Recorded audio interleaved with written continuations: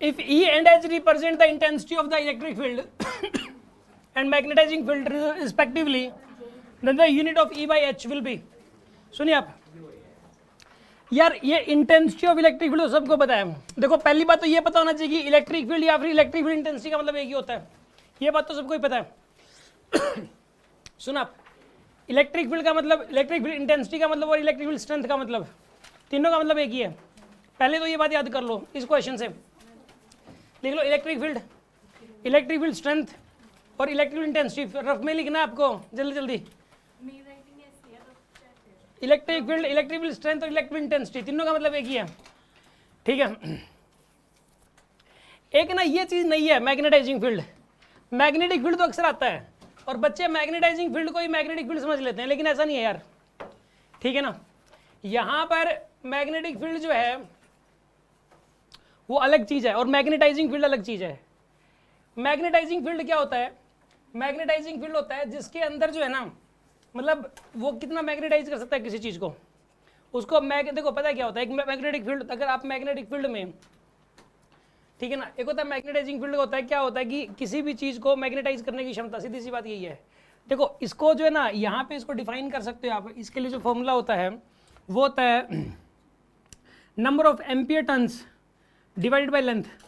देखो यहाँ पे मतलब मान लो कि ये है, जैसे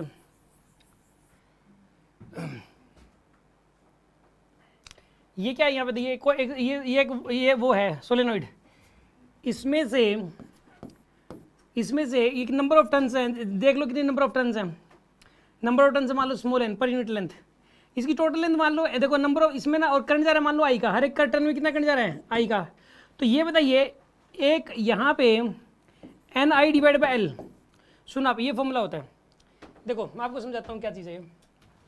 देखो अगर इसमें ये निकालना आपको मैग्नेटाइजिंग फील्ड कितना है, तो आप एक काम करो, ये देख लो टोटल नंबर ऑफ टर्न्स कितनी है. टोटल नंबर ऑफ टर्न्स है मान लो स्मॉल एन. ठीक है ना. टोटल नंबर ऑफ टर्न्स कितनी है, मतलब मान लो स्मॉल एन है टोटल नंबर ऑफ टर्न्स, और हर एक में से आई का करंट जा रहा है, आई का करंट जा रहा है इसमें से. तो n i divided by total length. Total number of turns है एन और लेंथ कितनी है इसकी इसकी लेंथ है एल. क्या हो रहा है यार, ये length L. Total number of turns कितनी है इसकी एन और लेंथ कितनी है इसकी एल. तो n i divide by l, इससे निकल जाएगा, यहाँ पे एच से नोट करेंगे इसको, एच से. Magnetising field is noted by h. यहाँ पे ये होता है n i divide by l के बराबर. एन होता है नंबर ऑफ टर्न्स. ये तो नंबर ऑफ टर्न्स तो ये संख्या यार, ये तो एक संख्या है, इसकी तो कोई डायमेंशन होगी नहीं. आई बाई ए, आई की डायमेंशन होती है ए, और एल की क्या होती है बताइए, एल होती है. बताइए क्या आना चाहिए यहाँ से, ए एल माइनस वन. ठीक है ना, ये आएगा आपके पास ए एल माइनस वन. ठीक है. अच्छा अब इसने पूछा क्या था बताइए, E by H. E by H के बारे में पूछा है. ई बताइए क्या हो जाएगा, ई क्या होता है बताइए यहाँ पे, एफ इक्वल टू क्या होता है, क्यू ही होता है. तो ई क्या हो जाएगा बताइए यहाँ पे, एफ बाई क्यू, यानी कि m L T minus two divided by में ए टी. यानी क्या आएगा यहाँ पर, ये बताइए आप, M L T minus three A minus one आएगा. तो यहाँ पे लिखो M L T minus three A minus one, और ये क्या बताइए यहाँ पे, ए एल माइनस वन आएगा आपके पास. तो ई बाई एच यहाँ से निकल के आ जाएगा. ई बाई एच कितना निकल के आएगा बताइए यहाँ से, एम,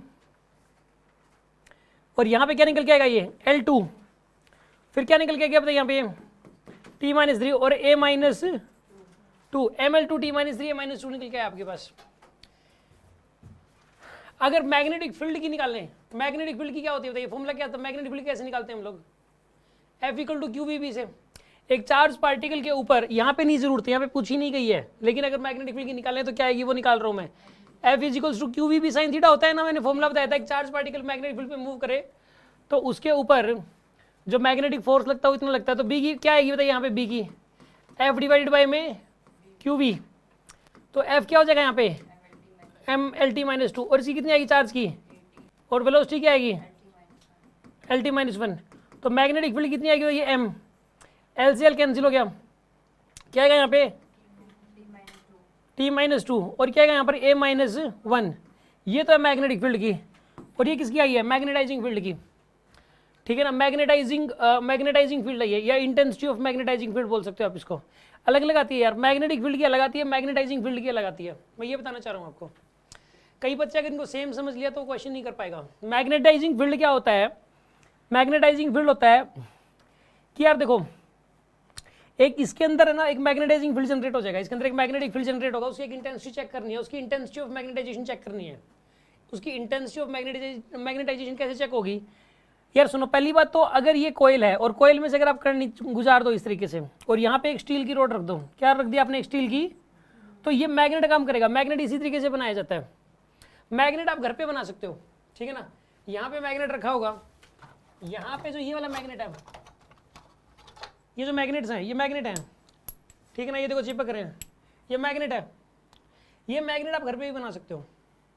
ये कैसे बनता है आपको पता है? इसको बनाने के लिए अगर आपको ये मैग्नेट घर पे बनाना है तो तरीका बताता हूँ मैं आपको, ठीक है। आप क्या करना, एक ये ले लो, एक एक, एक, एक इसको बोलते हैं इंडक्टर या सोलेनोइड बोलते हैं इसको। क्या बोलते हैं इसको? इंडक्टर बोल दो चाहे सोलेनोइड बोल दो, एक ही मतलब है। बस एक वायर है, वायर का लूप है यार, ऐसे बस, और कुछ नहीं है। वायर का क्या ले लिया आपने, एक लूप, वायर लपेट लो यार घर पे ही ऐसे इस फॉर्मेट में। ये क्या बन जाएगी, एक सोलेनोइड। एक मतलब किसी चीज़ के ऊपर लपेट लो आप इसको। एक पाइप ले लो आप, प्लास्टिक का खाली पाइप, अंदर से खाली हो लो पाइप हो, उसके ऊपर लपेट दो, तो क्या बन जाएगी, एक सोलेनोइड बन गई। ठीक है जी। यार एक बात बताओ, सोलेनोइड घर पे बना लोगे ना आप? बन जाएगी सोलेनोइड। इसको क्या बोलते हैं, सोलेनोइड या फिर इंडक्टर। इसमें से पास करवा दो करंट। क्या पास करवा दिया, इसमें से करंट पास करा दिया, इसके अंदर मैग्नेटिक फील्ड आ जाएगा। अब क्या आ जाएगा इसके अंदर, इसके अंदर रख दो एक स्टील की रोड, स्टील की ले लो एक रोड, स्टील की रोड होगी, या सॉफ्ट आयरन हो, क्या होना चाहिए, soft iron. Soft iron normal वाला सॉफ्ट आयरन। सॉफ्ट आयरन क्या होता है, सुनो आप, ये जो एक होता है भारी वाला लोहा, बहुत भारी लोहा होता है। जैसे कि ये वाला जो बेंच है ना, ये जो पाइप है ना, ये ना सॉफ्ट आयरन नहीं है, ये तो भारी लोहा है, इससे भी भारी आता है। एक है ना बिल्कुल, आप ना मार्केट में चले जाना कि ना यार भाई बिल्कुल सस्ते वाले बेंच दिखा दे, बिल्कुल मतलब बच्चे बैठे और बैठते ही टूट जाए, बस वो ऐसे बच्चे बैठते ही टूट जाए, ऐसा बेंच दिखा दे, लोहे का दिखाना है। वो जो आयरन होगा ना, वो कैसा आयरन होगा बताइए, सॉफ्ट आयरन। मतलब यार हल्का ही होता है, बहुत हल्का लोहा। या फिर जो ये बनता है ना, जो फ्लैक्स लगता है जिसके ऊपर, पहले ना आयरन का एक फ्रेम बनाया जाता है, आयरन के फ्रेम के ऊपर फ्लैक्स लगता है, ऊपर छत पे पड़ा हुआ है, ठीक है ना। तो ये जितने फ्लैक्स लगे हुए हैं हर बिल्डिंग के ऊपर, इस ये लोहे का एक फ्रेम है, स्ट्रक्चर है, और उसके ऊपर फ्लैक्स चिपका हुआ है, तो ये सॉफ्ट आयरन होता है। सॉफ्ट आयरन का ये एक ले लो आप, और उसको इसके अंदर रख दो। इसके अंदर रखते ही क्या हो जाएगा बताइए, ये कुछ दिन तक रखो इसको, कुछ दिन तक पड़ा रहने दो। तो बताइए कुछ दिन तक अगर पड़ा रहेगा इसके अंदर, तो थोड़े दिनों बाद निकालोगे तो क्या बन जाएगा, ये एक मैग्नेट। ये मैग्नेट बनाने का तरीका है, समझ आ रही बात आपको? एक्सपेरिमेंट कर लेना, फैक्ट्री में ऐसे ही बनता है। सर ठीक है, अब तो बना के बेचूंगा। देखो इसके अंदर यहाँ पे ये बन गया, मैग्नेट बन गया जी।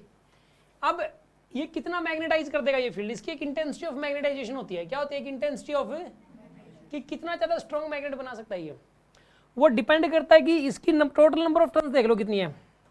क्या देखोगे आप, इसकी total number of turns into में क्या कर दोगे, करंट आई जितना इसमें से आ रहा है, और डिवाइडेड बाय में इसकी लेंथ। इसकी total number of turns n है, और इसकी टोटल लेंथ कितनी यहाँ पे एल है, तो n into i divide by l कर दो आप।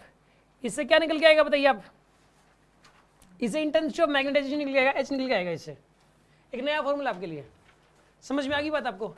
एच की डायमेंशन निकाल ली ए एल माइनस वन आएगी, और ई की हमें पता ही थी, ई की हमने f equal to q e से निकाल ली है। ई की पता, एच की पता, तो ई बाई एच की पता लगी आपके पास। लेकिन ये चेक करना इसमें से किसकी यूनिट, इसकी यूनिट क्या होगी यहाँ पे। आप एक काम करो, जूल, जूल किसकी यूनिट है, एनर्जी की डायमेंशन क्या होती है, तो ये तो नहीं आना आंसर। अब देखो ये न्यूटन, न्यूटन फोर्स की यूनिट है, फोर्स की डायमेंशन क्या होती है, mlt माइनस 2 होता है, तो ये तो मैच नहीं कर रहा, ये भी नहीं आ सकता। या तो ओम या फिर महो। महो क्या होता है, 1/r, ये होती है रेजिस्टेंस की यूनिट। ये किसकी यूनिट है, रेजिस्टेंस की, और ये किसकी यूनिट है, 1 रेजिस्टेंस की, यानी कंडक्टेंस की यूनिट है ये। 1 रेजिस्टेंस, इसको क्या बोलते हैं, कंडक्टेंस। कंडक्टेंस की यूनिट क्या होती है, महो। अब आप एक काम करो इसको सोल्व करने के लिए, इसको सॉल्व करने के लिए आप ऐसा करो, रेजिस्टेंस की निकालनी है तो V इक्वल टू क्या होता है यार, सबको पता है यार, एक रेजिस्टेंस के अक्रॉस पोटेंशियल डिफरेंस IR होता है। तो एक बात बताइए, R को क्या लिख सकते हो, R को V बाई आई। अब V कैसे निकाले, V निकलेगा U is equal to Q into v से। अरे U कैसे, Q इंटू वी रिलेशन होता है ना, मैंने कल बताया था, एनर्जी और पोटेंशियल में रिलेशन होता है। तो V क्या आ जाएगा यहाँ पे, U बाई Q।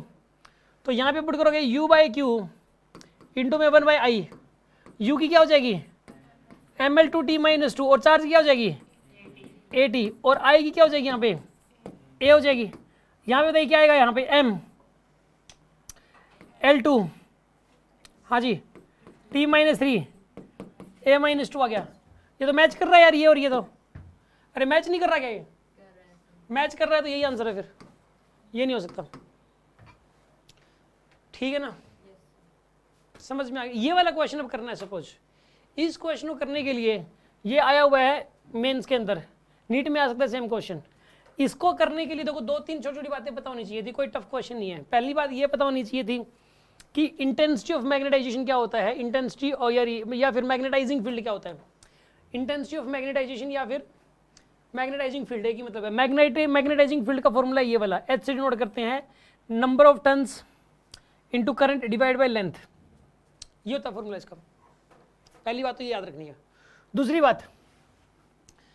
बात इलेक्ट्रिक फील्ड की डायमेंशन कैसे निकाल लें, F इक्वल टू क्यू से निकाल लें, ये वाला फॉर्मूला पता होना जरूरी है। दूसरी बात, तीसरी बात हमें पता होनी जरूरी है इसमें कि पोटेंशियल की डायमेंशन कैसे निकालें, पोटेंशियल इससे निकल जाएगी U बाई क्यू से। और चौथी बात रेजिस्टेंस की कैसे निकालें, V बाई आई से निकल जाएगी। यार ये 4 बातें पता हो ना तो ये क्वेश्चन हो पाएगा, एक भी बात नहीं पता तो क्वेश्चन गया काम से। हाँ जी बोलो। सर इसको हम सिंपल वे में भी तो कर सकते हैं इनकी यूनिट्स के साथ। अगर इलेक्ट्रिक फील्ड की यूनिट को हम मैग्नेटाइजिंग की यूनिट से डिवाइड करते हैं तो V बाई A आता है, तो उससे डायरेक्ट आ रहा है इसका आंसर। हो सकता है, देखो इसने होता है जल्दी सोच लिया इस चीज़ को, ये ना यूनिट से सोच रहा है भाई, यूनिट से भी आप सोच सकते हो और बेटर हो जाएगा, शायद जल्दी हो जाएगा ये। देखो आप इसके अंदर इसकी यूनिट क्या होती है आई की, एम्पियर, एम्पियर डिवाइडेड बाय में लेंथ, एम्पियर पर मीटर आ गया ये। ठीक है, देखो भाई इसके करने का तरीका सुन लो आप, हो सकता है कि इसके तरीके से बहुत जल्दी हो रहा हो, करते हैं इसको। मतलब ये कह रहा है कि डायमेंशन से कराई ना, सुन आप, देखो आप इसको डायमेंशन से नहीं करते हम,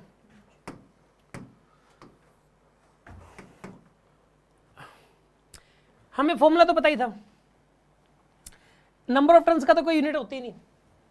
आई की यूनिट क्या होती है, एम्पियर होती है डिवाइडेड बाय में मीटर, एम्पियर पर मीटर होती है इसकी यूनिट होगी। और इलेक्ट्रिक फील्ड की यूनिट क्या होती है, न्यूटन पर कूलम होती है, न्यूटन पर कूलम, ठीक है ना, न्यूटन पर कूलम होती है, न्यूटन पर कूलम। ये किसकी यूनिट थी पहले तो बताओ, एच की। और ई की क्या होती है, न्यूटन पर कूलम, एक और यूनिट होती है इलेक्ट्रिक फील्ड की, उससे आएगा। सुनो आप, इलेक्ट्रिक फील्ड की यूनिट एक और होती है भाई, वोल्ट पर मीटर, अभी चेक करते हैं, हाँ वोल्ट पर मीटर होती है, बात सही है। फिर जूल की टर्म्स में कर लो ना आप। इलेक्ट्रिक फील्ड, रुको, इससे न्यूटन पर कूलम से तो बात बनेगी नहीं, क्योंकि ना वोल्ट पर मीटर से बात बन जाएगी। अरे एनर्जी की टर्म्स में बताओ ना कोई फॉर्मूला, चलो वोल्ट पर मीटर से कर लो आप, बिल्कुल। देखो आप एक काम करो, अगर यूनिफॉर्म इलेक्ट्रिक फील्ड हो ई का, और ये 2 पॉइंट्स है, इनके बीच जगह पे एल, और यूनिफॉर्म इलेक्ट्रिक फील्ड ई का है, तो पोटेंशियल डिफरेंस हो जाएगा, पोटेंशियल डिफरेंस होता है ई इंटू एल। पोटेंशियल डिफरेंस कितना होता है यार, 2 पॉइंट, देखो यूनिफॉर्म इलेक्ट्रिक फील्ड है, उसके बीच में 2 पॉइंट है, उनके बीच जगह पे एल, तो पोटेंशियल डिफरेंस होता है ई इंटू एल। ये वाली बात मतलब रटी रटाई होती है यार, बार बार आती है पेपरों में, क्वेश्चन में, डीपीवी में। Delta v is equals to e into l होता है ना। अब यहाँ से ई की क्या जाएगा, ये ई की यूनिट वोल्ट पर मीटर, इसकी वोल्ट और इसकी मीटर, वोल्ट पर मीटर, तो इसकी एक यूनिट होती है, और वोल्ट पर मीटर भी होती है, 2 यूनिट होती है इसकी। इलेक्ट्रिक फील्ड की 2 यूनिट होती है, एक होती है न्यूटन पर कूलम और एक क्या होती है बताइए, वोल्ट पर मीटर। अच्छा अब सुनो, ई बाई एच निकालना था आपको, ई बाई एच, ई तो हो जाएगा वोल्ट पर मीटर, और एच क्या हो जाएगा बताइए, एम्पियर पर मीटर, तो मीटर बाय में एम्पियर, क्या है मीटर से मीटर कैंसिल, वोल्ट पर एम्पियर, ठीक है ना, वोल्ट पर एम्पियर आ गया। और बताइए रेजिस्टेंस की भी यूनिट क्या होती है, वोल्ट पर एम्पियर होती है, क्योंकि रेजिस्टेंस क्या होता है, V/I। रेजिस्टेंस क्या होता है बताइए, तो वोल्ट पर एम्पियर। ये देखो मैच करके यूनिट, तो यानी ये सही है। सुनो आप, मैंने किया था इतने लंबे तरीके से, ठीक है ना, इसने एक तो और शॉर्टकट तरीका बता दिया, आसान बता दिया। आपको इसी तरीके का वर्क करना पड़ेगा। हो सकता है कि आपके पास उससे भी आसान तरीका हो, सोच के, पता नहीं किस बच्चे के पास हो, जरूरी नहीं किसी पर्टिकुलर के पास ही होगा। बिल्कुल सबसे जो कमजोर बच्चा है उसके माइंड में कोई ऐसा आइडिया आ जाए, ठीक है ना, वो तो डिपेंड करता है। समझ में आ रही है बात आपको? आप जो है ना, मतलब कहने का ये है कि ये वाला जो क्वेश्चन है ना, ये दो तरीके से हो सकता है। इस बात को आप कहीं कॉपी में लिख लेना, ठीक है ना। कोई भी क्वेश्चन है 2 या 3 तरीके से भी हो सकता है, तो दोनों तीनों तरीके लिख लेना, क्योंकि हो सकता है उस क्वेश्चन के लिए तो वो तरीका आसान है, लेकिन उसका जो एक और तरीका है वो किसी और क्वेश्चन में बहुत ज़्यादा आसान नहीं हो जाए। इसलिए हर क्वेश्चन के 2-3 मेथड भी पता हो तो बेटर है। ये मैंने डायमेंशन वाले तरीके से किया है और ये यूनिट वाले तरीके से किया है। इसमें तो इसने ये बोला है कि E/H किससे मैच कर रहा है, E/H की जो यूनिट है वो किसकी यूनिट से मैच कर रही है। तो मैंने तो सीधी सी बात है क्या किया, E की डायमेंशन निकाल ली, H की डायमेंशन निकाल ली, E/H की डायमेंशन निकाल ली, और फिर इन सब की डायमेंशन देख ली। ये तरीका बहुत लंबा है।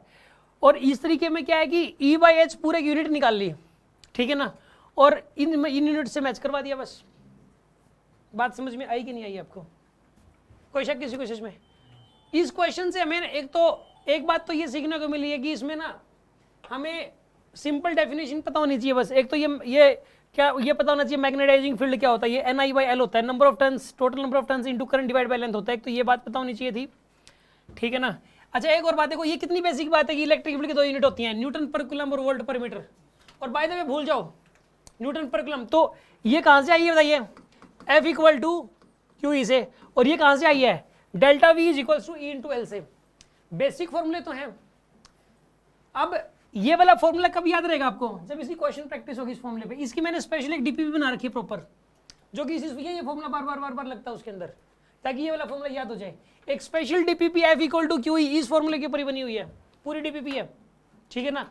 ये बार बार फॉर्मूला लगता है तो याद हो जाता है, ठीक है ना। यानी कि जो कॉन्सेप्ट यूज हो रहे हैं उनके इंडिविजुअल DPP बनी हुई है सबकी, ठीक है जी। बात समझ में आ गई होगी आपको। किसी को कुछ पूछना है?